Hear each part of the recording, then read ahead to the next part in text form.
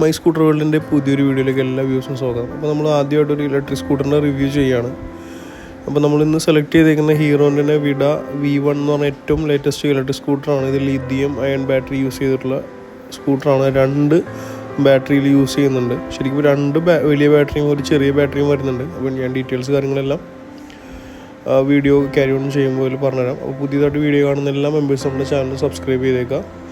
ആ ബെല്ലൈക്കണും ഒന്ന് പ്രസ് ചെയ്ത് നോട്ടിഫിക്കേഷൻ എനേബിൾ ചെയ്യും. ഈ വാഹനത്തിൻ്റെ വീഡിയോ എടുക്കാനായിട്ട് എന്നെ ഹെൽപ്പ് ചെയ്ത് നോർത്ത് പറവൂർ RT ഓഫീസിൻ്റെ അടുത്തുള്ള കൈർലി മോട്ടോഴ്സാണ്. നോർത്ത് പറവൂരിലെ ഹീറോൻ്റെ ഓതറൈസ്ഡ് ഡീലേഴ്സാണ് അവർ. അപ്പോൾ ഹീറോൻ്റെ വാഹനങ്ങൾ എടുക്കാൻ താല്പര്യമുണ്ടെങ്കിൽ ഞാൻ അവരുടെ കോൺടാക്ട് നമ്പർ ഇതിൽ മെൻഷൻ ചെയ്തിട്ടുണ്ട് വീഡിയോയിൽ. അവരെ കോൺടാക്ട് ചെയ്യുക. ഹീറോയുടെ മോട്ടോർ സൈക്കിൾസും സ്കൂട്ടേഴ്സും കൂടാതെ ഇലക്ട്രിക് സ്കൂട്ടേഴ്സും ഇലക്ട്രിക് വാഹനങ്ങളും അവൈലബിൾ ആണ്. പിന്നെ നിങ്ങളുടെ പഴയ വാഹനങ്ങൾ എക്സ്ചേഞ്ച് ചെയ്ത് പുതിയ വാഹനങ്ങൾ എടുക്കാനുള്ള ഫെസിലിറ്റി അവൈലബിൾ ആണ്. വളരെയധികം അട്രാക്റ്റീവായിട്ടുള്ള ഒരുപാട് ഫിനാൻസ് ഓപ്ഷൻസും അവൈലബിൾ ആണ്. അപ്പോൾ ഹീറോൻ്റെ വാഹനങ്ങൾ എടുക്കാൻ താല്പര്യമുണ്ടെങ്കിൽ എന്തായാലും ഈ കാണുന്ന മൊബൈൽ നമ്പറിൽ കോൺടാക്ട് ചെയ്യുക. അവർ ഫുൾ സപ്പോർട്ട് ചെയ്യുന്നതാണ്. അപ്പോൾ നമുക്ക് നേരെ വീഡിയോയിലേക്ക് കടക്കാം. അപ്പോൾ ഇതാണ് നമ്മൾ ഈ പറഞ്ഞ വിഡ V1 എന്ന് പറഞ്ഞ ഇലക്ട്രിക് സ്കൂട്ടർ. ഇതിൻ്റെ ഫ്രണ്ട് പോർഷനെ കുറിച്ച് പറയുകയാണെങ്കിൽ ഇതൊരു വൈറ്റും ഗ്രേയും കളർ മിക്സിംഗ് ആണ്. അതുകൂടാതെ ഇതിൻ്റെ ഹെഡ്ലൈറ്റ്സ് വരുന്നത് സ്പൈറൽ ടൈപ്പ് ഒരു ഫ്യൂച്ചറിസ്റ്റിക് ഡിസൈനിലാണ് ഈ വാഹനത്തിൻ്റെ ഹെഡ്ലൈറ്റ്സ് എല്ലാം ഡിസൈൻ ചെയ്തിരിക്കുന്നത്. ഇത് ഏകദേശം 1,62,200 രൂപയോളം കോസ്റ്റ് വരുന്നുണ്ട്. അപ്പോൾ ഈ വാഹനത്തിൻ്റെ സസ്പെൻഷൻ വരുന്നത് ടെലസ്കോപ്പിക് സസ്പെൻഷനാണ്. ഹൈഡ്രോളിക് സസ്പെൻഷൻ കൂടിയാണ്. അത് ഹൈലി സ്റ്റേബിൾ ആയിരിക്കും. വാഹനം ഒരിക്കലും ഔട്ട് ഓഫ് കൺട്രോൾ ആവില്ല. കൂടാണ്ട് നമുക്ക് റൈഡ് ചെയ്യാൻ നല്ല കംഫർട്ടബിൾ ആയിരിക്കും. പിന്നെ ഈ വാഹനത്തിൻ്റെ സേഫ്റ്റിക്ക് വേണ്ടിയിട്ട് ഫ്രണ്ട് ഡിസ്ക് ബ്രേക്സ് വരുന്നുണ്ട്. ഡ്യുവൽ കാലിപ്പർ ആയിട്ടുള്ള വെന്റിലേറ്റർ ഡിസ്ക് യൂസ് ചെയ്തിട്ടുള്ള ഡിസ്ക് ബ്രേക്സ് വരുന്നുണ്ട്. പിന്നെ അത് കൂടാണ്ട് സൈഡിലൊരു ഇൻഡിക്കേറ്റേഴ്സും വരുന്നുണ്ട്. കോംബി ബ്രേക്ക് സപ്പോർട്ടും ഉണ്ട് വാഹനത്തിന്. ബ്രേക്ക് ഈക്വലി ഡിസ്ട്രിബ്യൂട്ട് ആവും. പിന്നെ ആ വൈറ്റ് കളറിൽ കാണുന്ന ഇതെല്ലാം സ്റ്റോറേജ് സ്പേസുകളാണ്. പിന്നെ ഇതിൻ്റെ വരുന്ന മറ്റൊരു വലിയ പ്രത്യേകത എന്ന് വെച്ചാൽ ഇതിൻ്റെ ആ മീറ്ററാണ്. TFT 7 ഇഞ്ച് വലിപ്പമുള്ള ഫുൾ ടച്ച് സ്ക്രീൻ ഡിജിറ്റൽ മീറ്ററാണ് ഈ വാഹനത്തിന് വരുന്നത്. അപ്പോൾ ഇതിൻ്റെ കുറച്ച് ഫീച്ചേഴ്സ് കാര്യങ്ങളെല്ലാം ഞാൻ വീഡിയോൻ്റെ ലാസ്റ്റ് പറഞ്ഞു തരാം. പിന്നെ റൈറ്റ് സൈഡിൽ വരുമ്പോൾ ടോഗിൾ സ്വിച്ചസ് വരും. പിന്നെ ഇതിന് 2 മോഡ് കൂടാതെ നമ്മുടെ കാറിലൊക്കെ വരുന്ന പോലെ ക്രൂസ് കൺട്രോൾ ഫീച്ചർ വരെ ഉണ്ട്. ഇതാണ് അതിൻ്റെ സ്റ്റാർട്ട് സ്റ്റോപ്പ് ബട്ടൺ.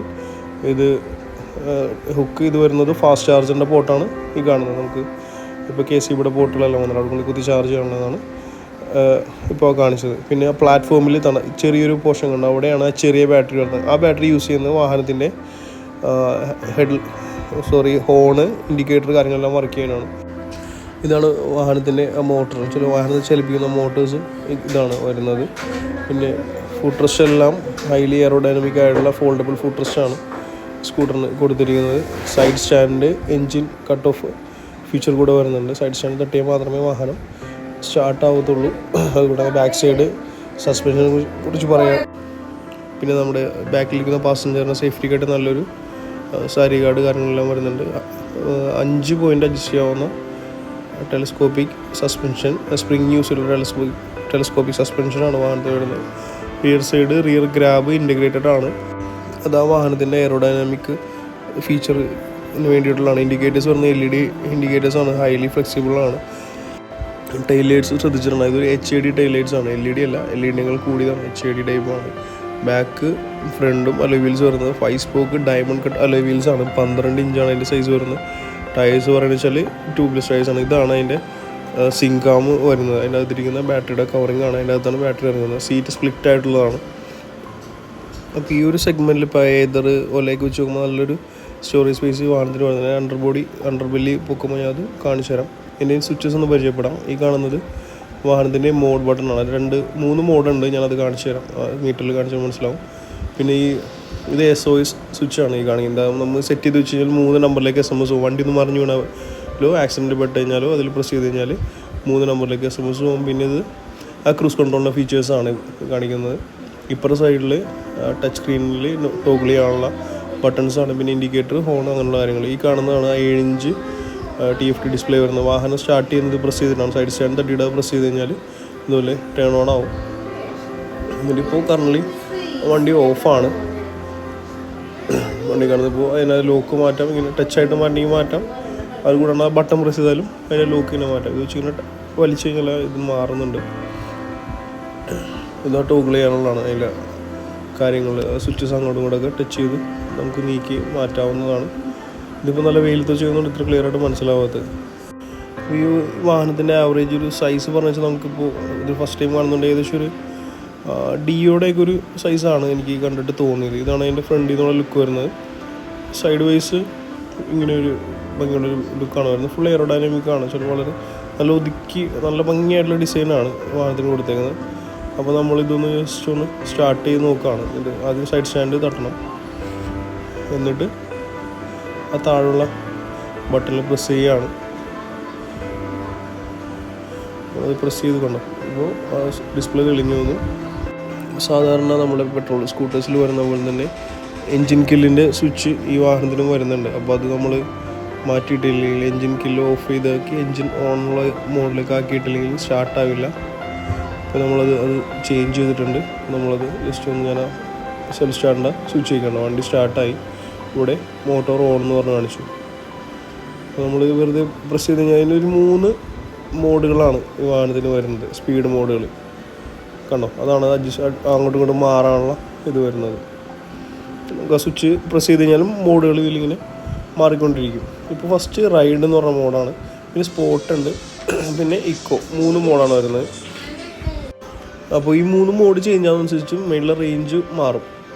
ഇപ്പോൾ റൈഡ് മോഡ് ഇട്ടപ്പോൾ കണ്ട റേഞ്ച് 80 കാണിച്ചത്. അപ്പോൾ ഒരു 40, 50, 60 വരെ കാണിക്കും. പിന്നെ സ്പോർട്ട് ഇട്ടപ്പോൾ റേഞ്ച് പിന്നെ 10 കിലോമീറ്റർ കുറഞ്ഞു. അപ്പോൾ ഏകദേശം 80 km/h സ്പീഡ് വരെ ഈ വാഹനത്തിന് പോകാൻ പറ്റും സ്പോർട്ട് ഇടുമ്പോൾ.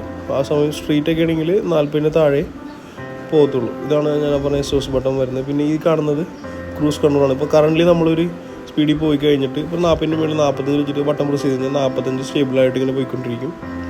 പിന്നെ നമുക്ക് ആ ബട്ടൺസ് മുകളിലേക്ക് താഴെയുള്ള ബട്ടൺ ഞെക്കി കഴിഞ്ഞാൽ സ്പീഡ് അങ്ങോട്ട് ഇങ്ങോട്ട് മാറും. എപ്പോഴെങ്കിലും ബ്രേക്ക് പിടിച്ച് കഴിഞ്ഞാൽ അത് കട്ടായി പോവുകയും ചെയ്യും. പിന്നെ എത്രയിലാണോ ഓടുന്നത് ആ സ്പീഡിലേക്ക് വാഹനം തിരിച്ചെത്തുകയും ചെയ്യും.